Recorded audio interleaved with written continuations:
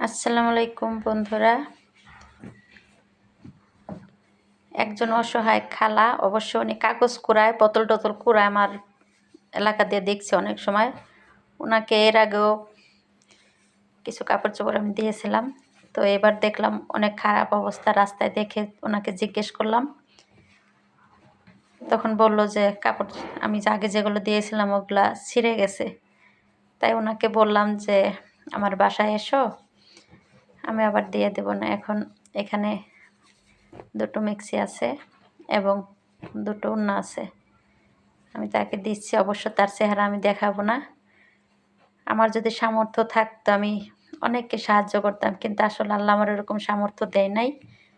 তো আমি যতটুকু পারি চেষ্টা করি। দোয়া করবেন আমার জন্য।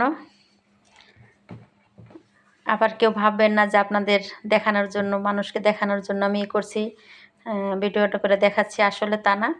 এরকম অনেকের প্রতিষ্ঠান থাকে, কিছু কিছু জিনিস মার্কেট থেকে ফেরত আসে বা কালারের সমস্যা হয়, তখন কিন্তু এগুলা কম দামে বিক্রি করতে হয়। তো কম দামে বিক্রি না করে যদি আমরা অসহায়দেরকে সাহায্য করে দিই, তাদের কিন্তু অনেক উপকার হবে।